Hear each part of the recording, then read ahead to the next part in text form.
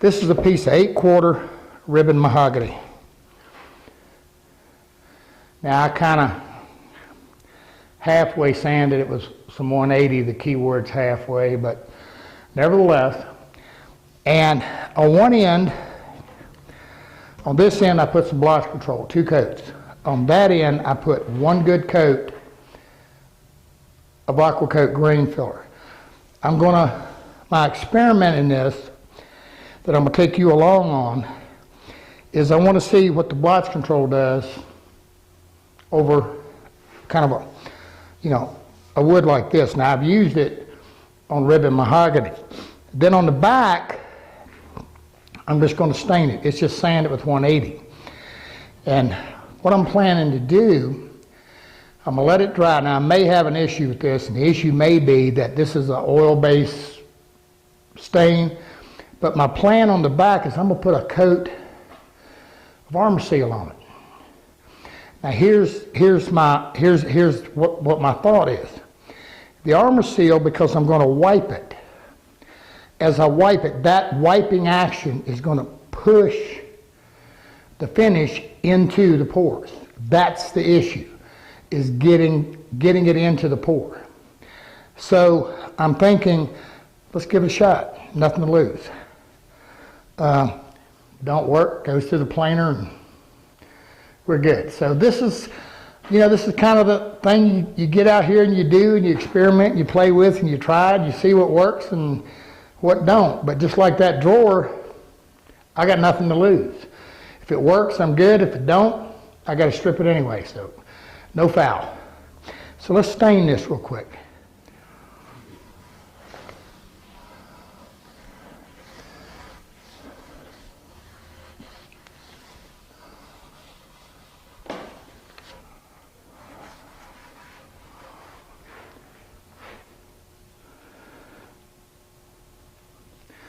Now the only thing I'm doing here is that the stain is going to help me to show you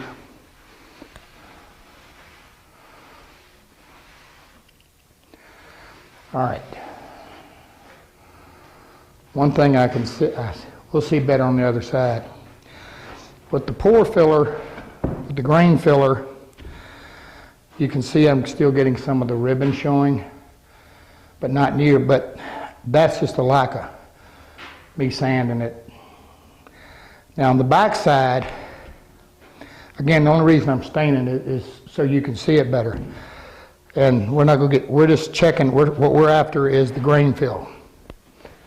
So now what I'm going to do on the back side is I'm just going to put a coat of stain.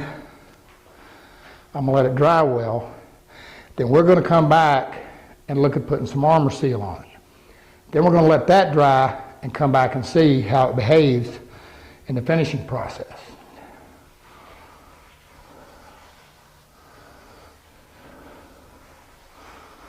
Now this has nothing on it. This is just raw mahogany.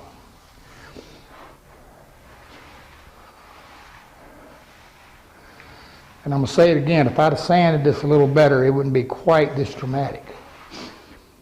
Now this happens to be a piece of genuine mahogany, so it's not as coarse as the ribbon, as the African. But you can definitely see what I was telling you, how the ribbon in it can sometimes just act as an end grain and just go black on you. But again, what we're after here is the grain fill. So we're going to let this dry and we'll come back and look at it. And the whole point of this whole exercise is to look at options in different ways. And this isn't just about mahogany, a walnut or whatever. Now, like the grain filler, if you were using an oak or something, common sense is you're going to have to do it twice. You're just not going to fill a deep red oak or something, or an ash in particular. You're just not going to fill it in one coat. But I think we're okay. So we're going to let this dry and we'll be back. Willie, we've been scuffing. And we're going to show you this in a minute. So that we're kind of jumping all over the place. That's the nice thing about a project. When we come up with something, we can kind of throw it into it. These are tough. We'll explain more later. Anyway, so here's what we did. We've got this, we took this mahogany We put basically the oil-based stain on it. Now again, we're after grain filling. Now I've got some satin armor seal, and I'm just going to put it on. It's not pulling very much. That's a good thing.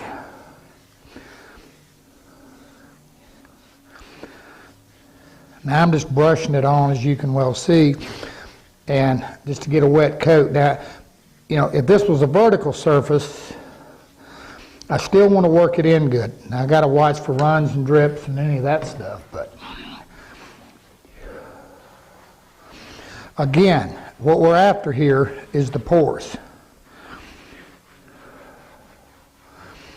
You know, if you, like I explained, if you can get a base in that pore, then you can flow a finish into it. Now, I've not done this, but I'm going to. This is some high performance. It's basically an acrylic water-based finish. Yeah, I know I'm shooting lacquer, but it's going over that water-based grain filler with no problem. What do you think? Huh? Okay? Yeah, nothing ventured, nothing gained. Whoop, wrong brush. Ah. Hey, it's the way you learn stuff. And when you experiment, you always learn something. Sometimes you learn what to do, and a lot of times you learn what not to do.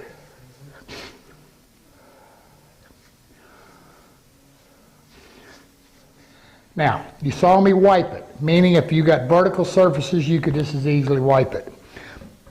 The same thing with the armor seal. So we're going to see what we get. All right, on this side, where we got the blotch control and we've got the grain filler. When we're spraying this, we're just going to spray them, then we're going to give it a scuff when it's dry and see what we got. Okay, this is our little test sample. Now this is the part, now all I'm going to do is I'm going to scuff it. Now again, I'm going to reiterate, I didn't sand this real well. This is the grain filler. This is the blotch. Now again, this heavy grain is just going to, that's where I didn't sand it very good. Actually, the grain filler did much better than the blotch. Now over here, got it labeled. This is my water base, and this was the, now this has got one coat of finish on it. I sprayed a coat on it last night.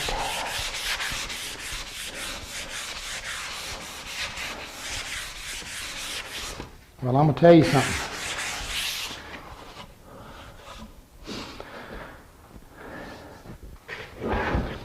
The water-based finish, both of these did pretty good. Again, you can't look at this area. I'm looking at just the fine grain, the pores that would be. The armor seal and the water base both did pretty good.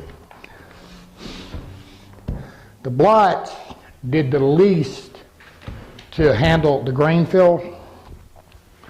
However, what if I blotched it, stained it, and then I put the armor seal or a water-based finish over it? I'd have a good fill. I'd have a good combination there. So again, so what's the point of all of this? The point is just looking at it and seeing what will do what. The main thing is getting it into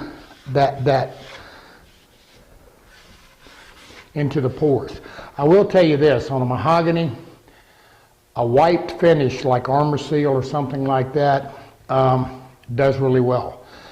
And even the gel finishes, because again, it's working it into those pores.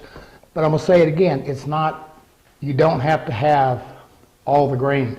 To have a little bit of that grain show through is okay. So again, on the scale, the Aqua Coat grain filler did the best. Then the water base finish or the Armor Seal. They both did pretty good. But again, the grain filler was the best. So there we go. That's just kind of a quick walkthrough of dealing with mahogany. And that's the reason we wanted to put so much emphasis and time into the bond base. Okay, that concludes them.